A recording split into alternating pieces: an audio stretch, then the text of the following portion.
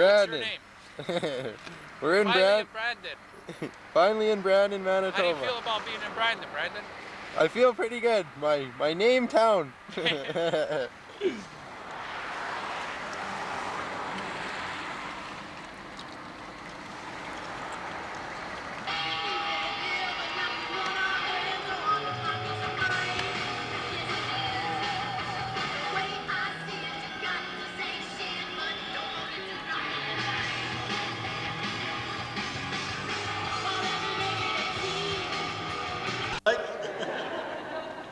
I want to thank you one and all for coming out and greeting us today. A very inspirational, important activity happening in our city today, and particularly want to welcome George Marcello and his crew. I get the names right here. Brandon, which is really exciting for him. He's coming to his namesake, and not that far off is Branda and Travis that are traveling with George today. Welcome, all of you.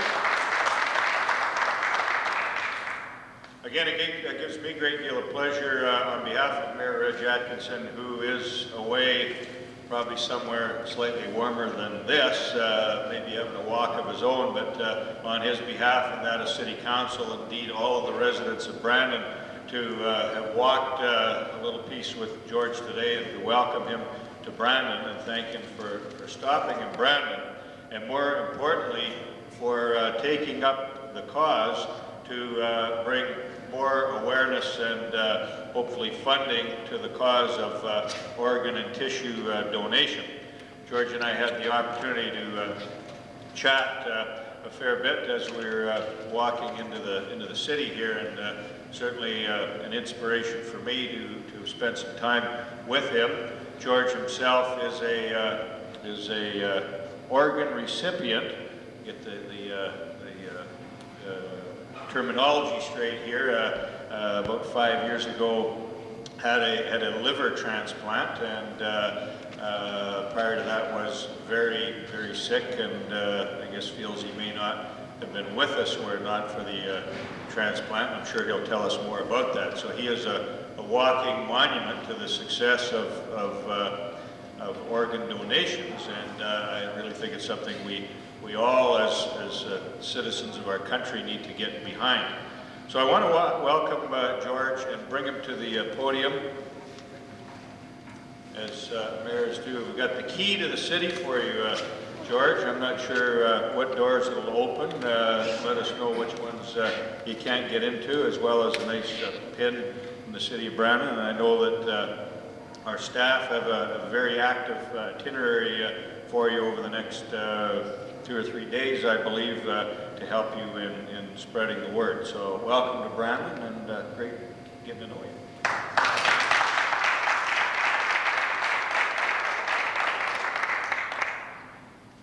wonder if this key starts to hum or we keep losing our key. Thank you very much, Rick, for that very warm introduction. I was walking along Highway 1, and I've been on that Highway 1 for a while now.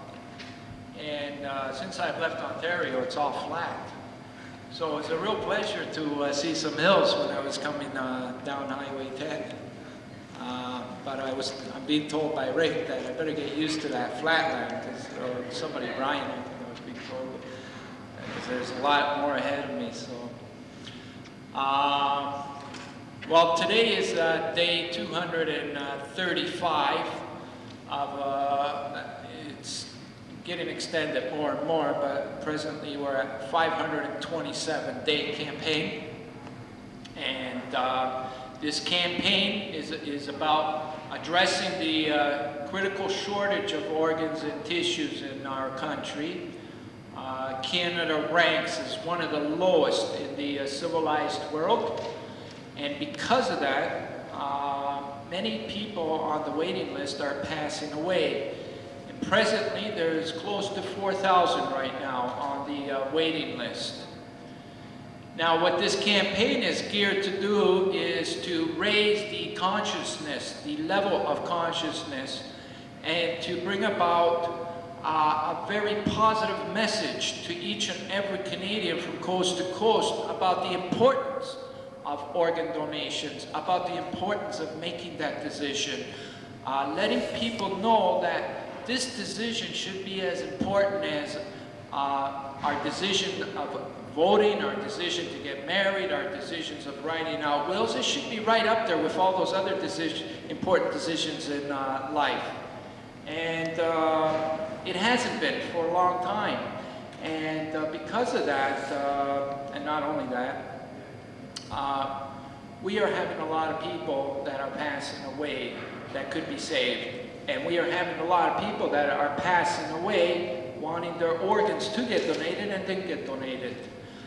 The other part of this campaign is to inspire the 3 levels of government to take more action, because we are holding on to a very prehistoric system at present.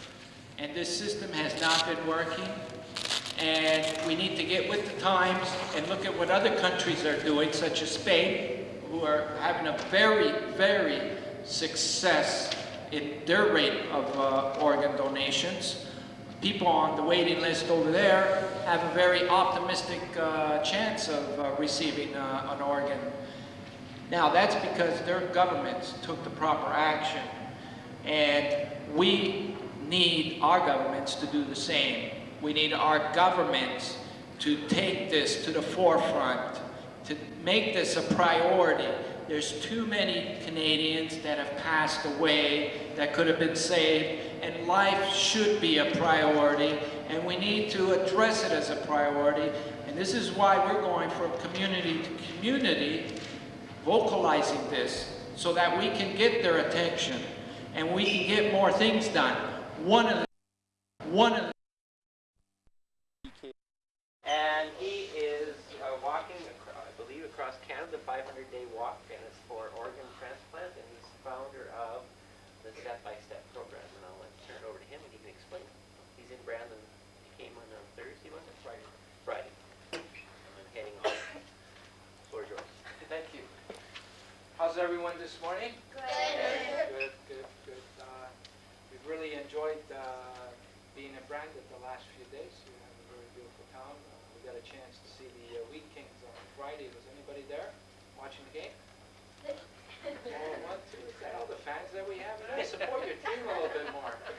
We're on a losing streak, and we're trying to pick up their spirits. But no, we got to tell them not to give up.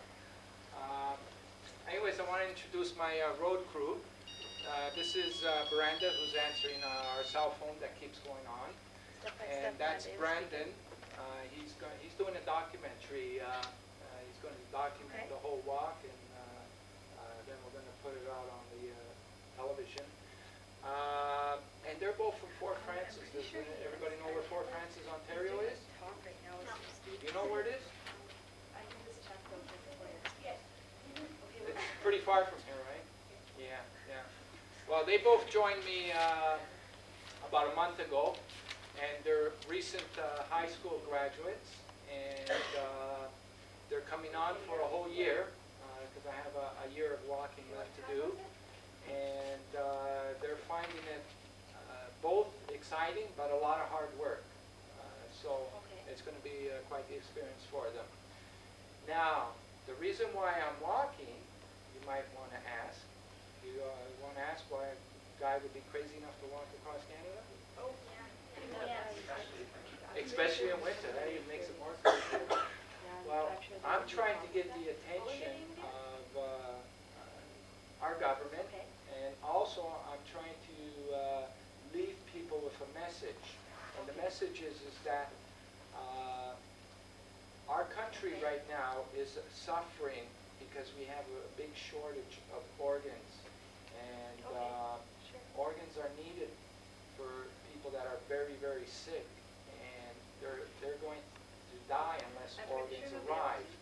So it's a yucky subject, you know, because we don't want to think about when we pass away. We don't want to think about when we're passing away, but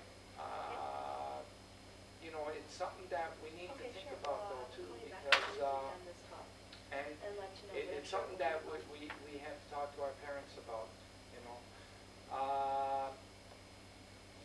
How things stand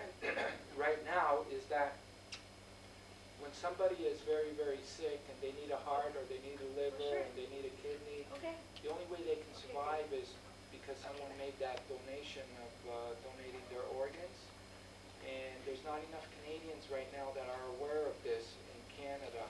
So we're trying to change that situation. Now the reason why I'm doing this walk is because 5 years ago, I was rushed to the hospital with liver failure. And I was told I only had 2 days left to live, unless, you know, a liver was available. Now, someone had to pass away that evening in order for a liver to become available, and someone did. And the family was approached to make a very, very unselfish and courageous decision. And because they made that decision, my life was saved, and so was 5 others. So you see how important that is? So it's a yucky subject, you know, but what we can look at is the giving part of this, you know, knowing that we as a person could make an awesome contribution, you know, that we as of saving 6 people's lives. Isn't that incredible? And just think about that. Now, if we seen somebody drowning and they were crying out for help and we were able to help that person from drowning, wouldn't we try and save that person? If we could, you know. This is sort of the same thing. So what we're asking you guys today, this morning, is to think about this and you know, and talk about it and talk about it with your parents, you know. And I think once you start looking at the positive parts about it, you know, it'll take out that yuckiness, you know. And I would like one day to meet the donor family that made that awesome decision, the family who lost that loved one and you know, made that awesome decision. One day I would like to meet them to say thank you, and I'm hoping that they want to meet me, and for most of the donor families that I've talked to, they do want to meet the recipient, people like myself, so that they can see that their loved ones is getting carried on still. So, you know, when you lose a loved one, and that decision is made, you know that that loved one that you lost could still be carried on in another person. Do you see that?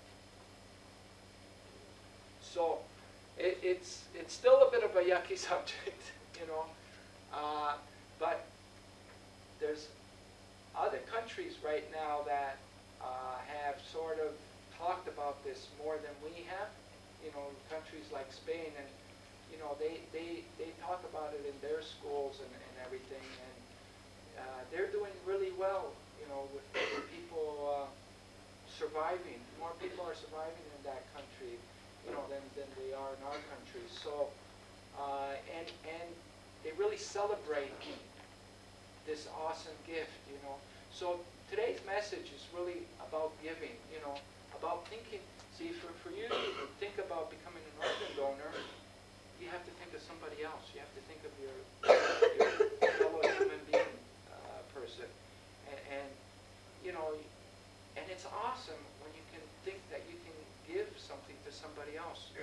So I wanted to leave that message with you this morning, and also talk to you about our trek across Canada, which has been very, very exciting. I've gone through 126 cities and towns so far, and I've got a chance to see really how big and beautiful Canada really is. So that's the other part that I want to encourage you guys this morning is this became a dream of mine to do, and I had a lot of barriers in my way to try and follow this dream, but I kept persisting, and I'm still in one piece, and today is day 238 of a 527-day walk, and I've walked over 3,000 kilometers. So I'm following my dream in trying to help people. I want you guys to do the same thing. Whatever dreams that you have inside you, to follow them, no matter how big it might be, the dream, or how far off it might be, to try and follow your dream. Does anybody know what they want to become when they're get a little bit older? What do you want to be? A sports person? Okay. Any particular sport? Football or basketball? Okay, well, if you have that vision, you keep at that. You know, you keep, and don't let anything tell you that you, don't let anybody tell you that you can't be that. Okay? A veterinarian? Yeah, do you like animals then? Yeah. Okay, well, you do the same thing.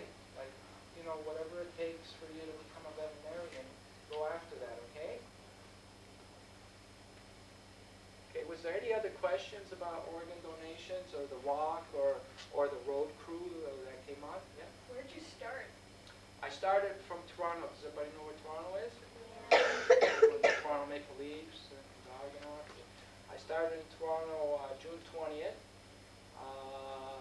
in 2000, and I'm making my way to Victoria, BC. Do you know where that is? Yeah. And when we reach Victoria, we're going to try and hitch a ride with the military, our Canadian Armed Forces. And they're going to fly us to Rome and London, because we're going to try and see the Pope and the Queen. And then we're going to get dropped off at St. John's, Newfoundland. And from there, I'm going to continue my walk back to Toronto, where I started. That'll probably be January the 16th, 2002. Any other questions? Yep. Unfortunately not. We have to do a lot of begging. We have a lot of expenses that we have at the end of the day and at the end of the month, and basically we ask for meals, accommodations, services, repairs, you know, and we have to do a lot of work on the road to get the advance work up ahead to the other cities and towns. So, you know, it's the workload certainly can't say enough about how much work is.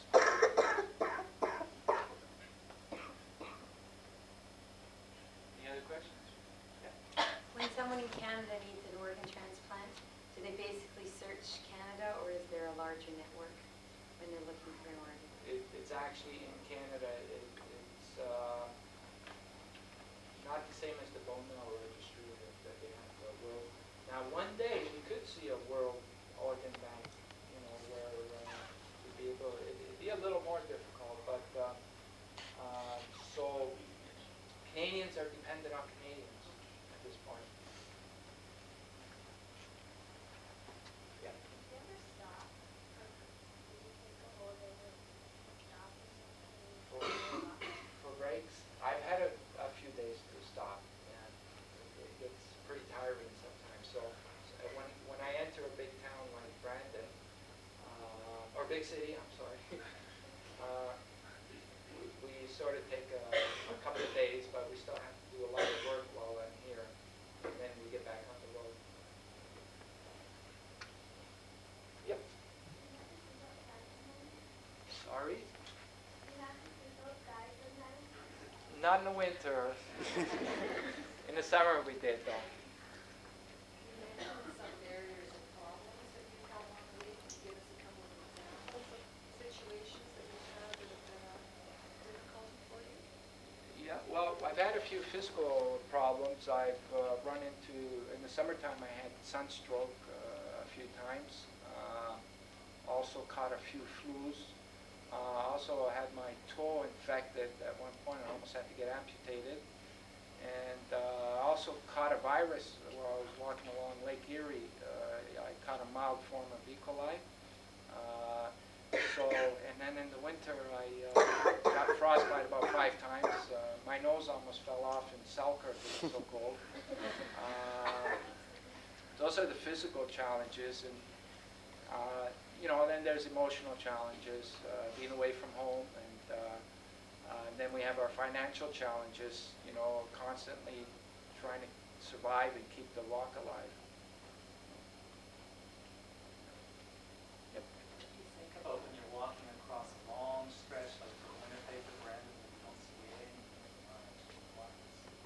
Yeah, I'm sort of getting used to that flatness too, so it was a real pleasure coming into Brandon and seeing some hills. Actually, I have a CD with me, and I get into the music while I'm walking. Helps. Is there an organization, you know, like the Heart Stroke Fund? Is there one for the organ donation where people? Yeah, there's a few small ones. You know, what we're also trying to do on this campaign is to inspire the federal government to create, you know, a national program per se, because there's a few small ones that aren't really recognized at this point. We need a national program that all Canadians can recognize, and you know, they can pretty well set the standards for our country. So this is part of our campaign and trying to encourage and inspire the governments to play that role. Yep. Yeah, I actually have two vehicles. We have a 98 Windstar minivan, and we also have a Hummer. That's all. We don't have it out here today. It's actually in Calgary right now. I had to get, we had to get a couple of parts there. It's very hard to get parts in Canada for the Hummer. Did you drive any of the way, or did you walk the whole way? Well, what I do is I walk about 25 kilometers a day into the town. So wherever, you know, we were just 10 kilometers, you know where Carberry is? Yeah. Sort of almost walk just from Carberry to Brandon on Friday morning. Pretty long. Branda comes out to walk the last 3-4 kilometers. She carries the torch mostly. We have an Olympic torch that's been carried into each town, and we had a lot of sports celebrities that on our kickoff in Toronto that carried the torch. Ty Domi, we had half the Argonauts there, the Blue Jays were there, and so on and so on. We should have brought the torch. What do you do for food and water when you're done? Well, I have little munchies, you know, like I have those power bars and all that kind of stuff. So, you know, that keeps me going in the morning. By the time lunch comes, we're all pretty hungry. And so, you know, when you're doing a lot of activity, you'll eat more, right? So.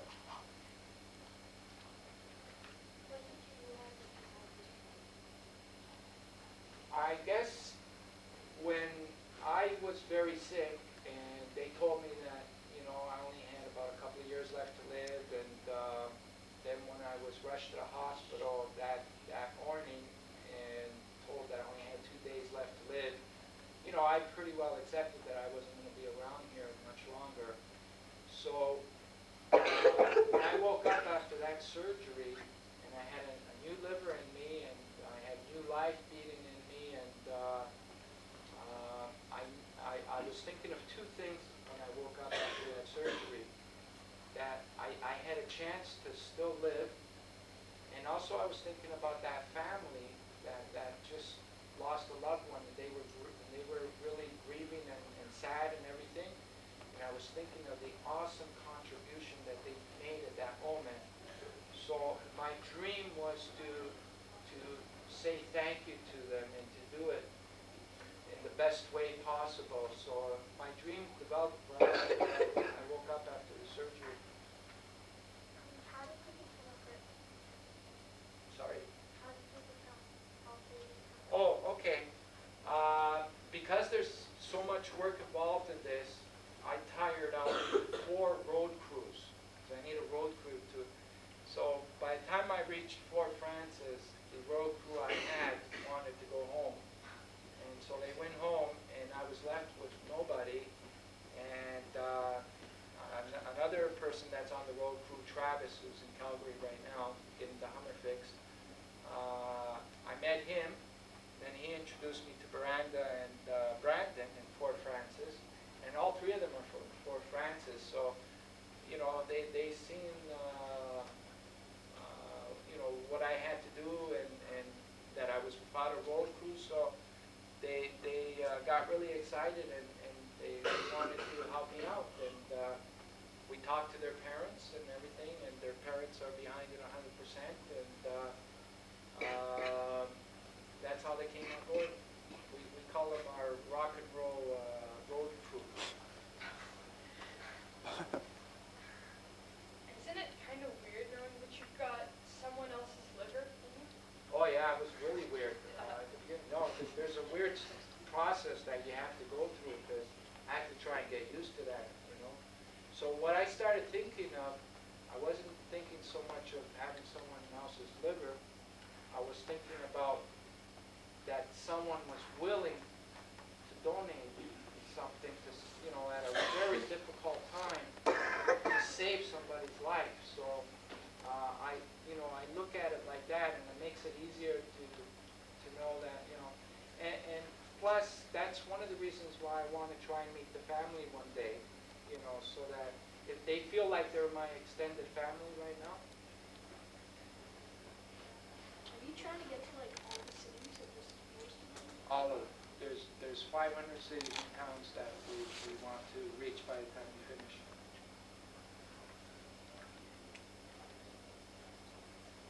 Where are you staying at right now? At the Victoria Inn? And they just gave you the room or just- Yeah. No, they were kind enough and generous enough to give us the room for the. Where are you staying at right now? At the Victoria Inn? And they just gave you the room or just- Yeah.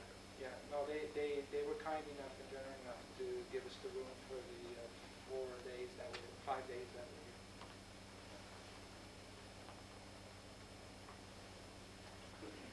So do you just walk along that number one highway, or take some trails? Well, pretty well. Sometimes, because I'm not going in a straight line across Canada, because I have to visit 500 cities and towns, and sometimes they're north, south, east, and west of the main highway. So I'm kind of going all over the place. If you looked at our route, you'd probably get dizzy. So a lot of times we're going on smaller highways and roads. I'd like to say thank you on behalf of our grade 7s and 8s, our 5s and 6s will come in just a moment.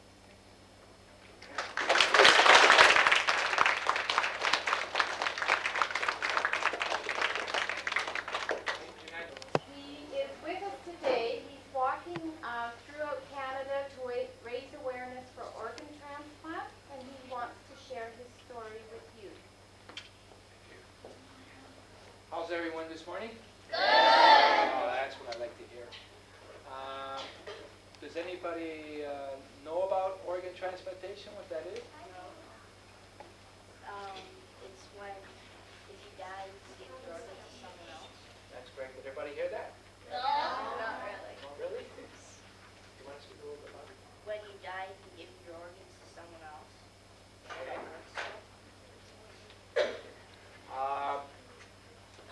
5 years ago, I was very, very sick, and I needed a liver. And I was rushed to the hospital because my liver failed on me. And I was told I only had 2 days left to live. And my only chance to live was if someone made a donation of a liver. Now, I knew what it took for that to happen. Somebody had to pass away, unfortunately. Yes, I do. I got a few friends, and I have a family, and I miss them. I've been away from them for a long time.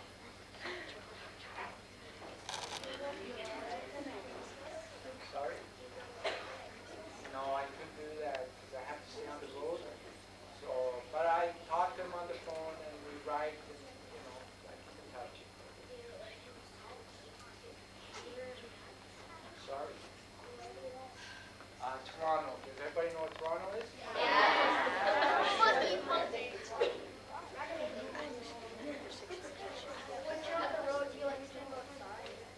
Not in the winter.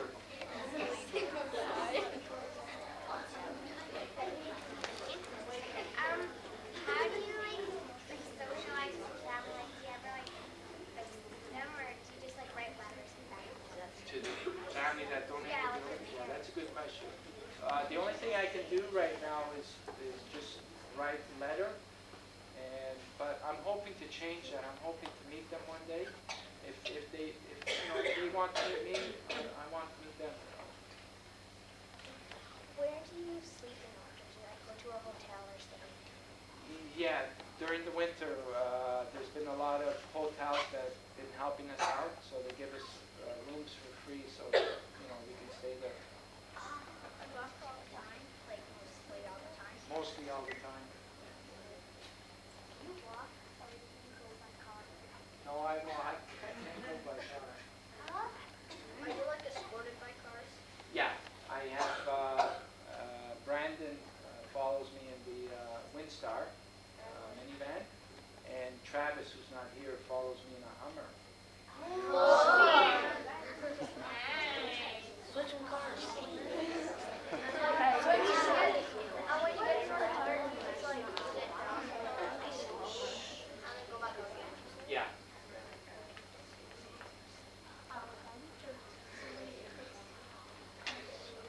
How long do you walk a day? About 25 kilometers.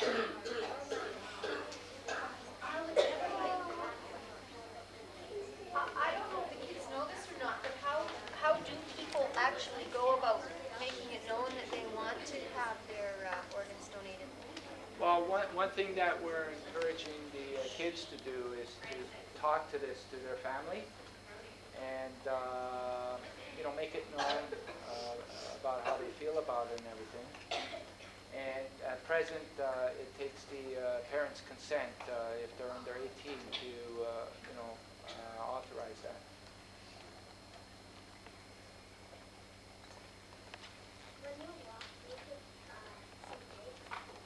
Yeah, and I have a CD, and I listen to a lot of music too, so I don't get so bored. When you go to the hotel, what time do you start walking? What time do you end walking? Well, we start very, very early in the morning, and usually at 1 o'clock we are entering the town, and I have a big press conference at City Hall or Town Hall, and then we're talking to reporters and people and everything, and then we're probably back at the hotel at about 5 o'clock, and then we get some work done, eat, and get some work done, and then we wait for the next day to do the same thing. What's the next city that you're going to? Birdie. So how do you eat along the way? How do I eat along the way? Drink, yeah. Well, I have a lot of munchies, power bars, and stuff like that. So how long will it take you to get to work? Well, I'll get there by Wednesday. We have a 1 o'clock press conference, so I better get there by 1. There's a lot of people expecting me.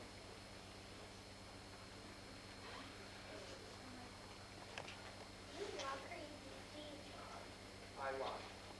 That way I can talk to people and do more things while I walk. You're asking a lot of questions. Sometimes when you get tired, do you go in that car that Yeah, I'll go in for a few minutes break, whenever it's really too bad. What do you do when you get cold? He freezes. Literally. One time he couldn't even move his arms and he didn't come in. We're like, George, come in. He's like, I can't move my arms. And he was frozen, like literally frozen. It wasn't funny, but it was My nose almost fell weird.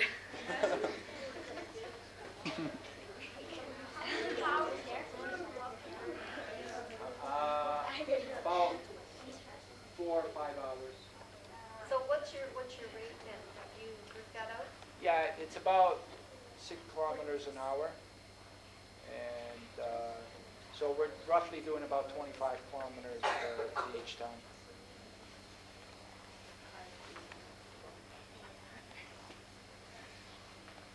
You guys are asking some really good questions. I'm really proud of you guys. Where do you walk, like Sorry? Where do you walk?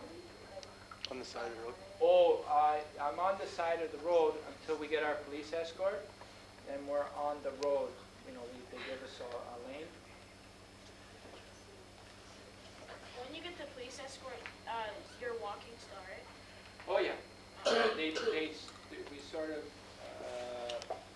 organize it so that they know where they're meeting me, and then once they see me coming, then they start following us into the city hall or town hall. What was the first town you went to? After Toronto, Yeah. you know where Mississauga is? Yeah. You guys know where Mississauga is? Yeah. That was my first town. Do you think it's fun when you walk? Yeah, sometimes, because I get a chance to really see how big Canada is, and I look at all the animals on the ground,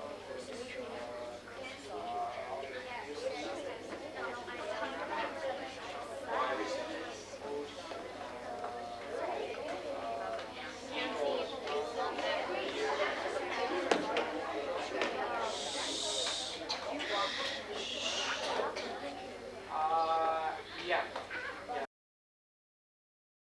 Like mailman.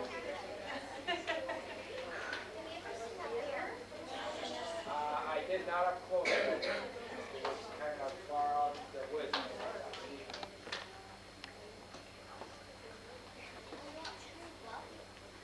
Route? Yeah. I lived in Guelph for 10 years. Have you been there? Oh, really? Remember your street? What's the name of your street? Sorry? Oh, okay, I know where that is. Wow, that's right downtown. Well, near downtown. Not far. Yeah. How long have you been here? A month or two? Oh, so you're still getting used to everything. Oh, fellow Guelph. What's your name? Paula?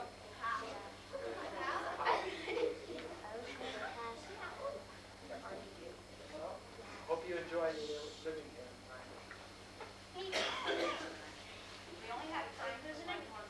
Are you visiting everyone in Canada? Like every city? Yeah, every city, every town.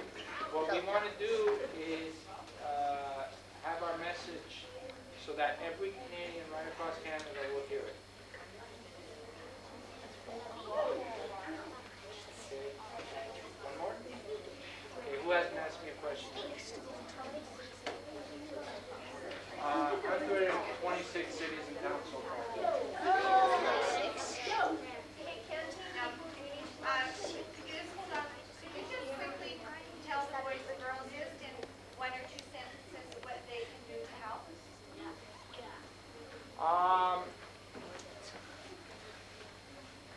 Think about just giving, like think about the other person. That's the best thing I can ask you for this morning, okay?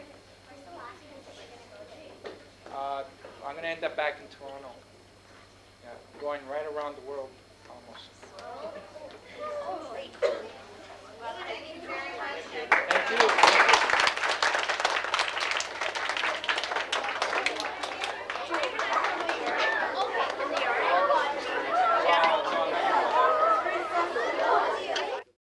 Rushed to the hospital at that point, and I was told I only had 2 days left to live.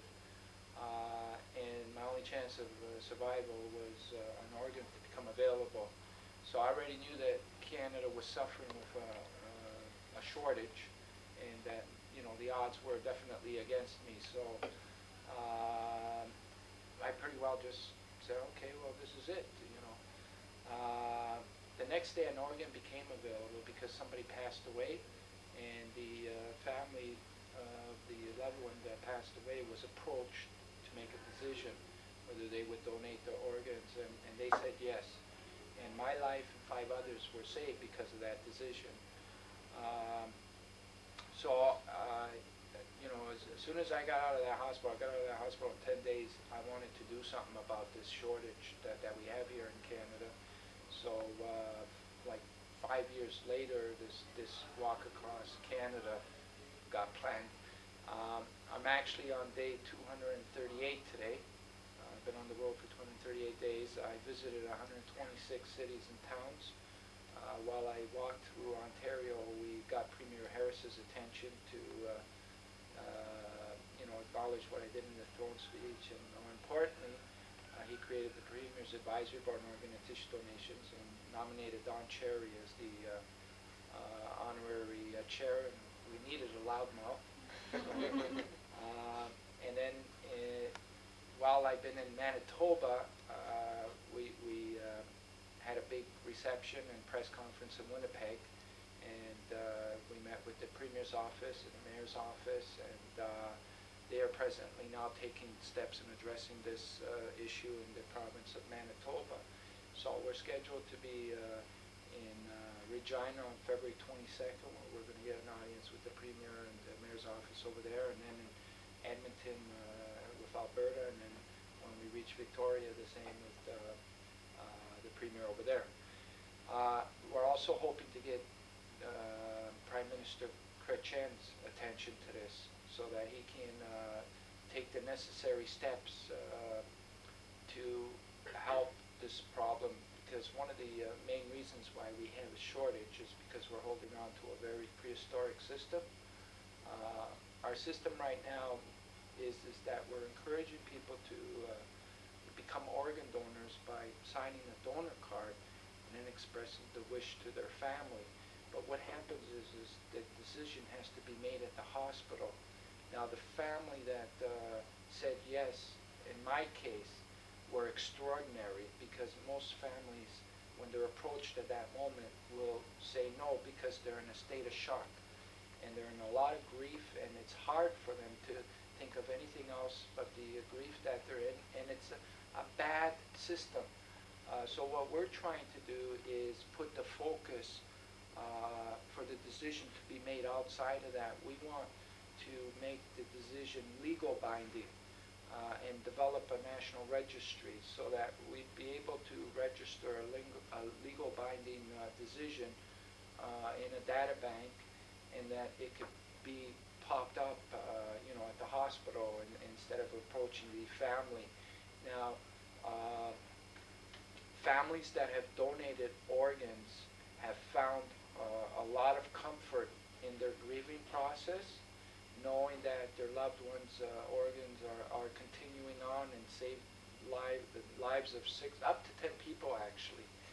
One person has the power to save 10 people's lives. Like that's awesome when you think about that. So they have the comfort, and we're actually, along with a shopping list of items that we're bringing to the Prime Minister, we want to develop something else called mutual consent.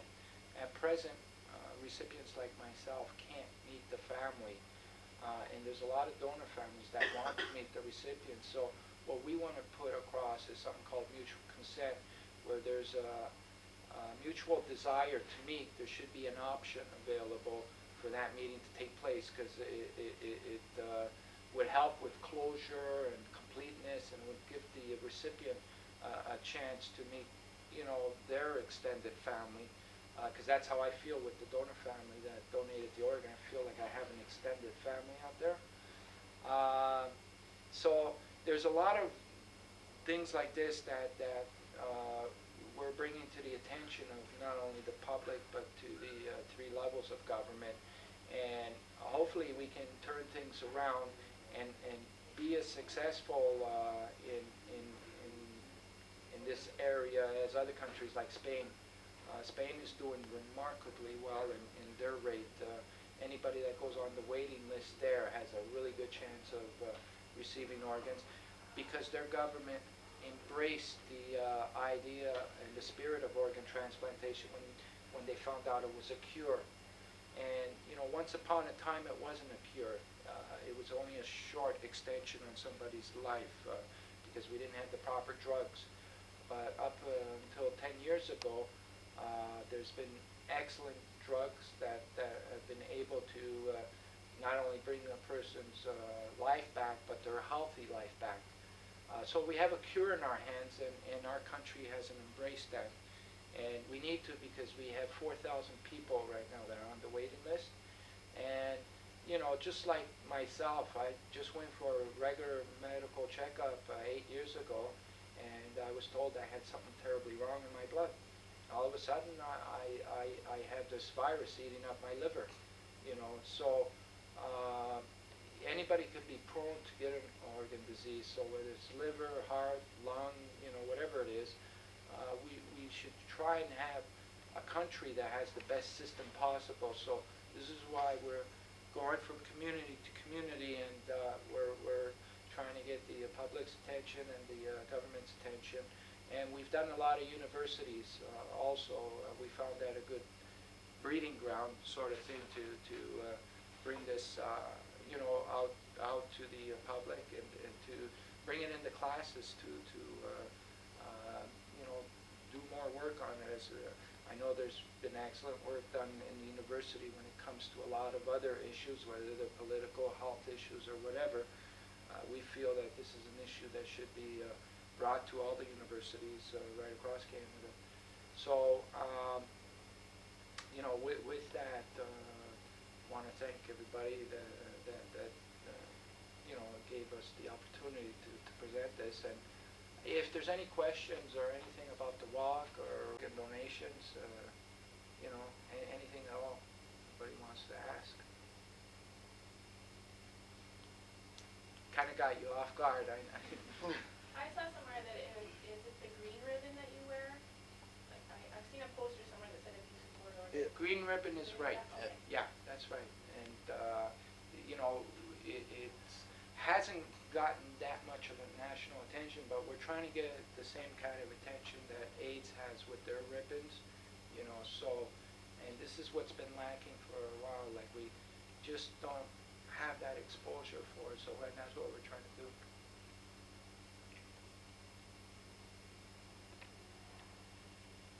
No other questions? Well, what about on the back of the driver's license, when they have that checks off, is that something that if you have that, is that kind of legally, if they find that on you, is that something that if your parents said no, or family said no, do they still say, well, it says it on the license, or is that something that they can hold? Well, the reason for the donor card or license is to have something signed and to keep on your person, in your purse, wallet, or what have you. And it is not legal binding, though. The decision has, regardless of, you know, of having that and expressing the wish to your family that that's what you would want, the family still has to be approached at the final moment, at that moment. And, you know, from talking to hundreds of families that were approached and vetoed the decision, you could never prepare a family for that moment. You know, no matter how much you say you're for it, at that moment when you're asked, you know, you're in shock and you're not in the right state of mind. So that's another question that arises with this. There's a lot of people that really want to make that wish. You know, it's a question of basic human rights and principles at this stage. You know, why should we, as individuals, be deprived of carrying a wish out that we want, you know, to be carried out? And it's not the family's fault. You know, it's because of the system that we're using right now. So it's you know, there's two things that fall in that. It's not only the opportunity for 10 lives to be saved, but it's also a question of individuals' rights and freedoms to be honored. There's probably a lot of people right now that have passed away that would be turning over in their graves wanting to have donated their organs to save people's lives, and didn't because of the system that we have. So, Do you have any suggestions, or have you seen anything on different campuses that they've used to raise awareness? Like, do you have any ideas what we can do on this campus? I think you have, I'm not sure if you have a kidney foundation group here, but I think there might be a chapter here, or you can get some things from Winnipeg. I know if you had donor cards and maybe find a day where you can call it Organ Awareness Day or something, and have some donor cards there, and you know, have a few people just man the booth sort of thing, and have people pass by and then talk to people about it. Maybe you can. I know that there's some families in Brandon that have experienced either losing a loved one on the waiting list, or there's recipients in this city, and or donor families, or any, you know, that might be able to give a hand. But certainly doing something like that will show the community and that the university is certainly behind the you know, supporting organ donation. So.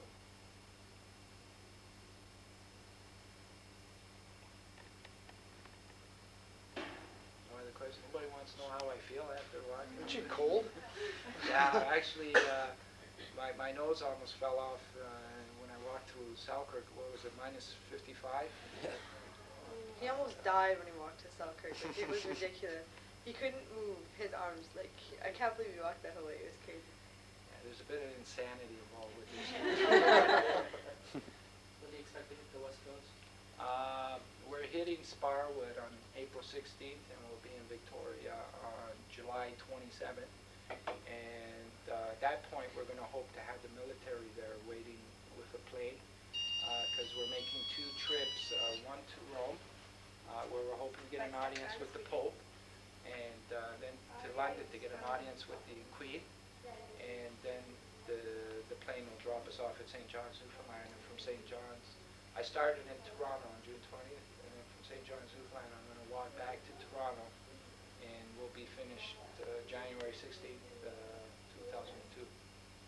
So it's become like a lifestyle out here.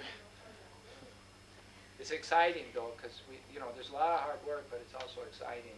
You know, you meet a lot of people, get to stay at some cool hotels, eat at some good restaurants, but it's constantly begging though. We have to keep asking for these things, because we're working with a zero budget right now, you know, so the challenge is just surviving too, you know, but it's been neat. Good to see the whole country, you know.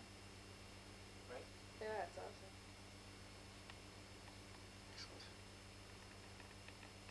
Come out here. The camera, I forgot about the camera. That's short time. It's not that bad. It's nice. Getting lessons, yeah. I'll give you a check for $50. Thanks I a hope lot. that helps you guys out. Oh, it should. I can certainly, actually, the personal note for me is that I can certainly appreciate what you're doing, because my cousin Shannon, though she passed away in 1990. Brandon, and George is about to do a feedback interview. Good morning, everyone. Welcome to Feedback on CKLQ, and we have a good week lined up for you. We'll start with tomorrow's show. Garth Turner is back. You may know him from the Turner Report on finances and financial matters. On Wednesday, Valentine's Day, we'll have an appropriate program, we think. It's a little bit more about the 2002 Scott Tournament of Hearts that's coming to Brandon, or should I say back to Brandon. On Thursday, the Farmers of North America as an organization, what they're all about. And then on Friday, Lorna Vandeheg will be here to talk about drug-resistant bacteria. And very interesting.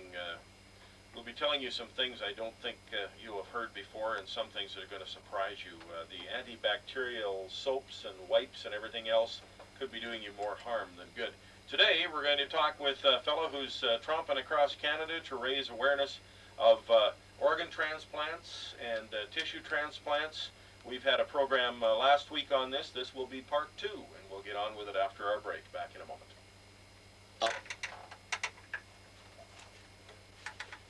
I'm across the table from a couple of guests this morning. One we're going to hear quite a bit from, and the other one we're going to hear a little bit from, but maybe not as much. First of all, good morning to George Marcello. How are you this morning? Good morning, Bill. I'm very fine, and good morning, Brandon. Yes, you've been here for a few days. Since Friday. Yeah. We haven't had a chance to rest yet. And the other person I mentioned is Branda Avis. Good morning to you. Good morning. You're assisting with this Cross Canada tour. Yep. And enjoying it so far, I understand? Oh yeah, I'm having a great time. All right.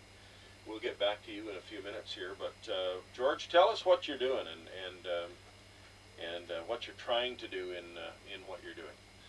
Well, I've undertaken a very big project. I'm walking across Canada to address the critical shortage of organ and tissue donations. Canada at this point ranks as one of the lowest in the whole civilized world, and I'm hoping, along with Branda and the rest of the road crew and all the people and volunteers, to change that. We want to raise the level of awareness and consciousness to the public from coast to coast, and also inspire and encourage all three levels of government to take a more active role. Now, you have a personal stake in this. We should let our listeners know. Yes, I do. 5 years ago, I was rushed to the hospital with liver failure.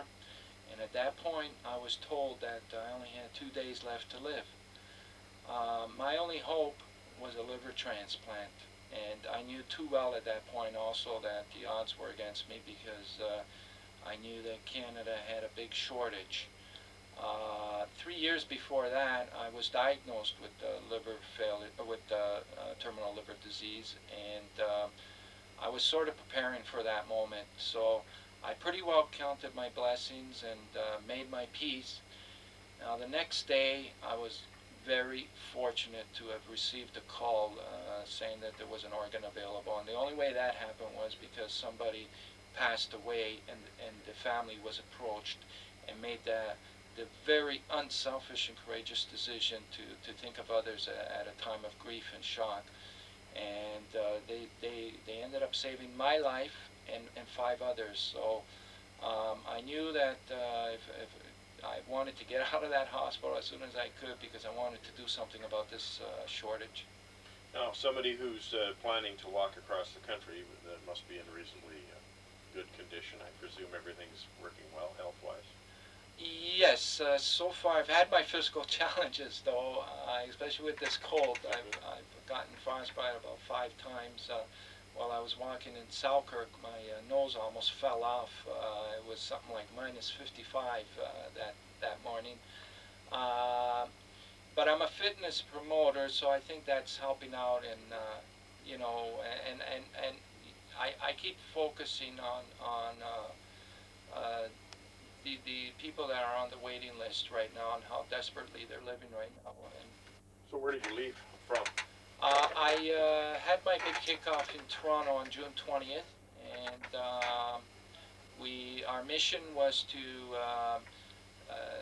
visit about 500 cities and towns. So it's not a straight line that I'm doing.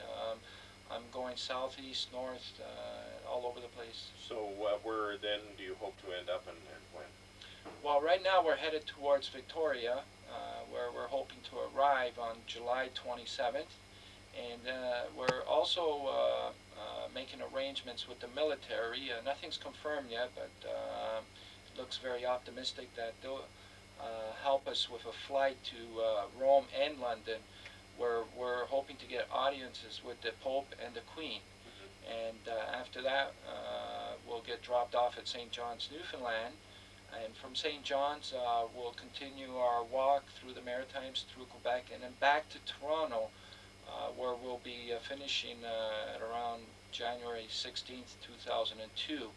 But I also want to take this opportunity to say that at that point, on January 16th, 2002, we're going to look at what our rate is as far as organ donations, and we're going to look at what the government has done as far as taking some active roles. And if it doesn't look optimistic at that point, I'm crazy enough to keep on walking until they do.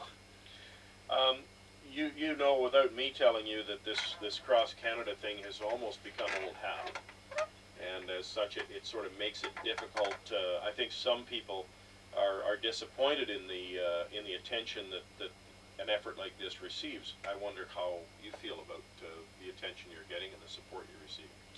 we've had our frustrations because it sort of has become a Canada thing to do these walks or treks or anything across Canada. But that's one of the barriers that we don't let stop us. And as a matter of fact, it's been the contrary. We have received a lot